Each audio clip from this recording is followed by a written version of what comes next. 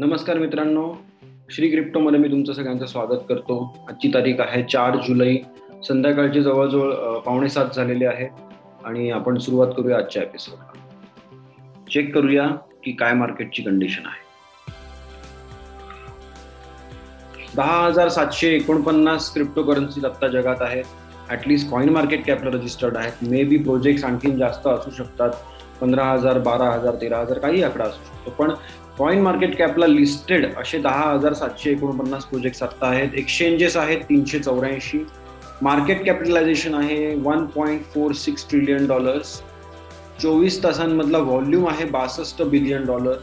मार्केटमध्ये डॉमिनन्स आहे बिटकॉइनचा 45.3% आणि इथिरियमचा आहे 18.4%. आता आपण ओव्हरऑल चेक करूया की काय कंडिशन आहे. $1.46 ट्रिलियन मार्केट कॅप आहे आणि 2.45% मार्केट वर आलेलं आहे 24 तासांमध्ये. क्रिप्टोकरन्सीज चेक करून घेऊया. टॉप 10 पटापट. बिटकॉइन आता आहे $35,393, 2.35% वाढलेला आहे 24 तासात आणि 6% कमी झाला आहे. 6% वाढलेला आहे 7 दिवसांमध्ये. $662 बिलियन मार्केट कॅप आहे. इथिरियम $2,317, जवळजवळ $2,318, ऑलमोस्ट 4.5% वाढला आहे 24 तासात आणि 7 दिवसांमध्ये 25% ग्रोथ आहे. $269 बिलियन मार्केट कॅप आहे. टेदर $1 थोडासा कमी झालेला आहे कारण सगळेजण आता टेदरला कन्वर्ट करतायत इथिरियम मध्ये किंवा बिटकॉइन मध्ये. म्हणजे थोडक्यात ते विकत घेतायत आणि टेदरला विकतायत. त्यामुळे मार्केट टेदरची व्हॅल्यू कमी झालेली आहे. $62 बिलियन मार्केट कॅप आहे टेदरचं.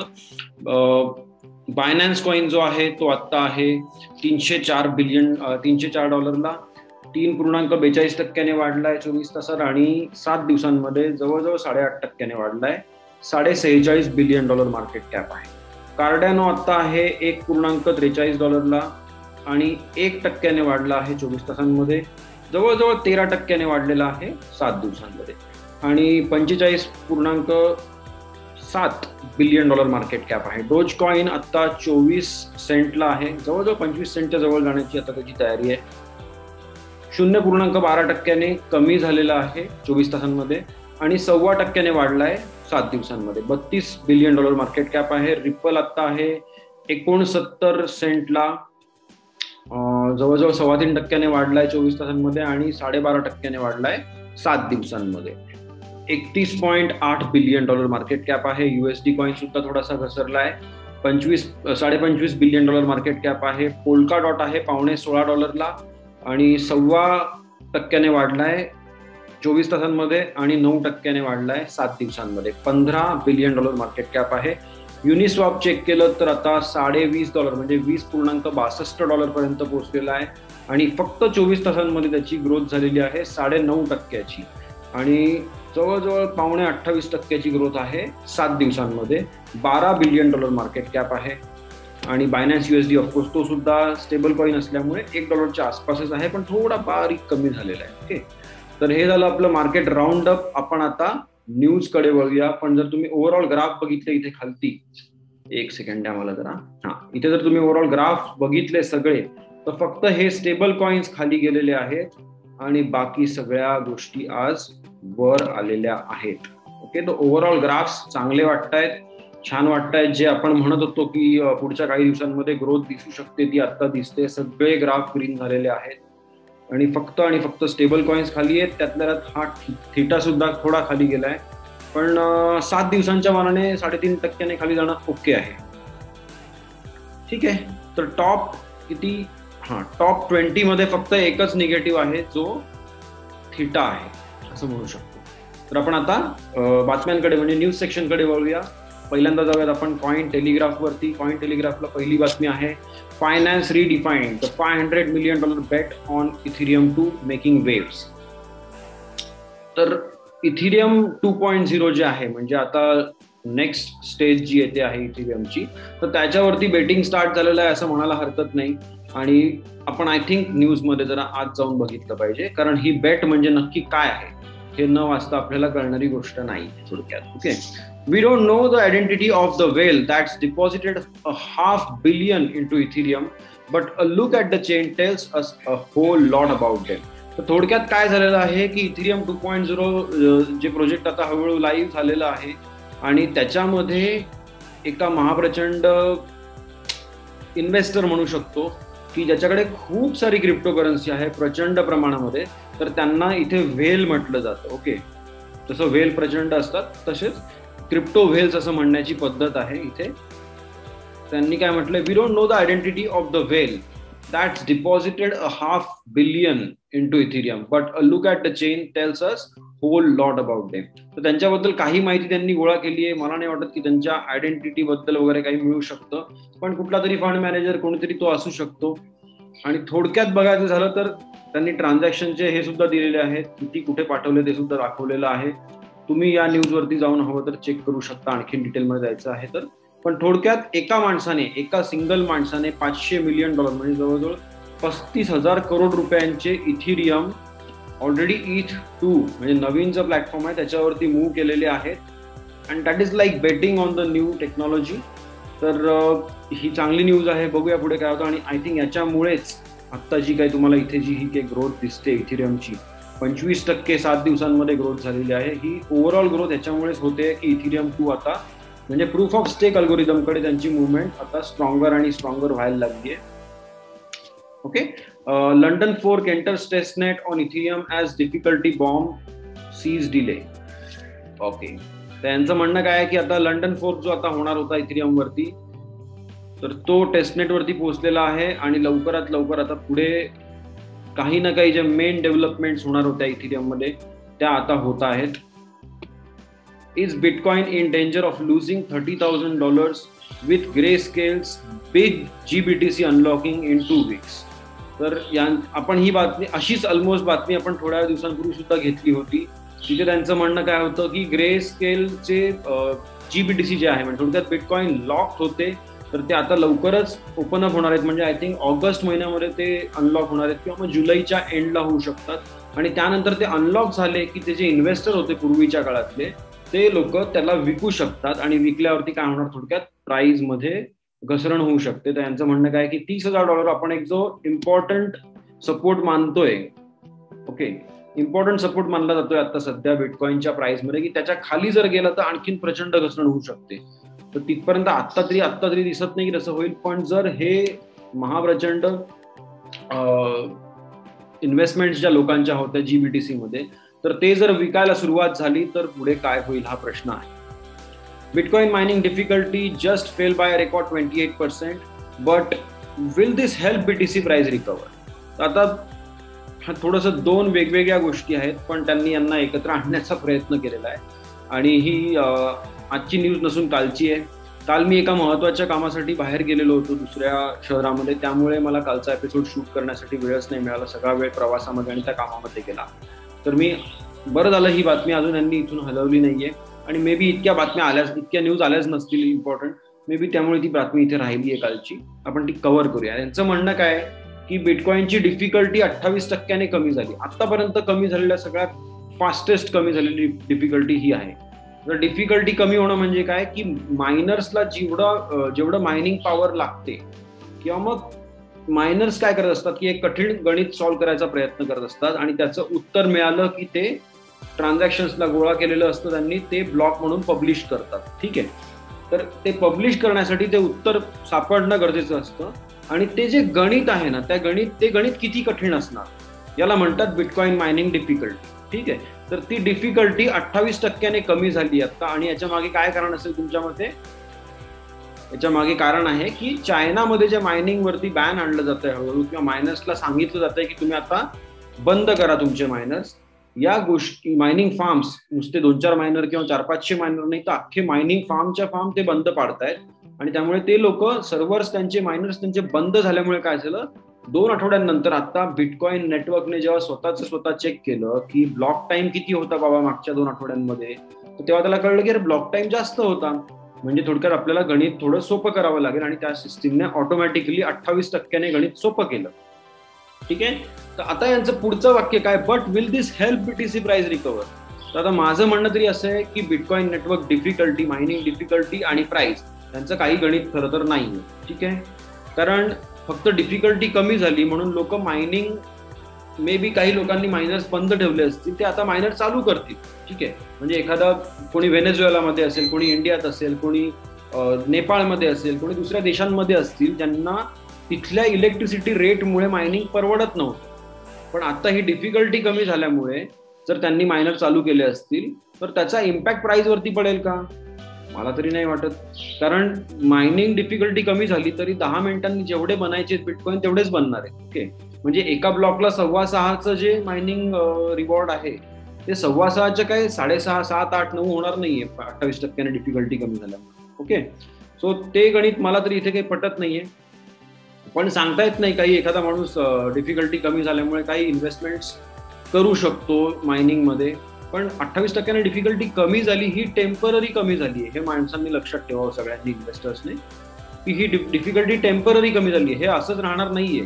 कारण समजा माझे मायनिंग फार्म होतं चायनामध्ये, तर मी ते उचलून कुठल्या तरी दुसऱ्या देशात नेतोय आता, आणि तेवढ्या वेळात माझे मायनर्स बंद असल्यामुळे डिफिकल्टी कमी झाली आहे. जेव्हा पण मी कुठेतरी योग्य ठिकाणी पोहोचेन, मे बी ते US असेल, रशिया असेल, दुसरा कुठला देश असेल, तिथे पोहोचलो, जमीन आयडेंटिफाय केली, सगळं आयडेंटिफाय केलं, आणि मायनर्स माझे जेव्हा चालू होतील तेव्हा काय होणार, तेव्हा त्याच्या 2 आठवड्यांनंतर काय होणार की नेटवर्क डिफिकल्टी परत वाढणार आणि परत त्याचं गणित त्या लेवलला हळूहळू येणार आहे. त्यामुळे तुम्ही असं हे नका ठेवू की मायनिंग डिफिकल्टी कमी झाली ती कमीच राहणार आहे. काय, ती फक्त 2 आठवड्यांचं गणित आहे. दर 2 आठवड्यांनी डिफिकल्टी रिॲडजस्ट होते. ओके, ते लक्षात ठेवा आणि त्यानुसार तुमचे डिसिजन्स घ्या. Fed chair met with Coinbase CEO Brian Armstrong and former house speaker in May. तर मे महिन्यामध्ये फेडरल रिझर्व्हचे चेअरमन जे आहेत, आता मला बघायला लागेल चेअरमन आहेत की चेअरवुमन आहे, पण हुएव्हर इट इज, तर ते किंवा त्या कॉइनबेस म्हणून जे मी आपल्या डिस्कशनमध्ये 1-2 वेळा आलं होतं, कॉइनबेस नावाचं प्रचंड एक्सचेंज आहे US मध्ये.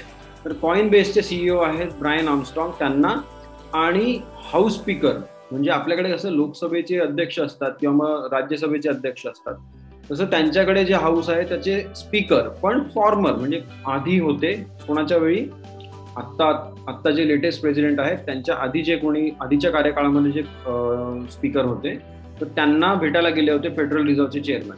तर आता याच्यामधून काय निघू शकतं की काहीतरी प्लॅनिंग चालू आहे किंवा मग मतं घेतली जात आहेत सगळ्या मोठमोठ्या लोकांचे, आणि रेग्युलेशन किंवा मग टॅक्सेशन किंवा मग लिगॅलिटी या दिशेने आता अमेरिकेमध्ये वाटचाल सुरू होते क्रिप्टोकरन्सीसाठी.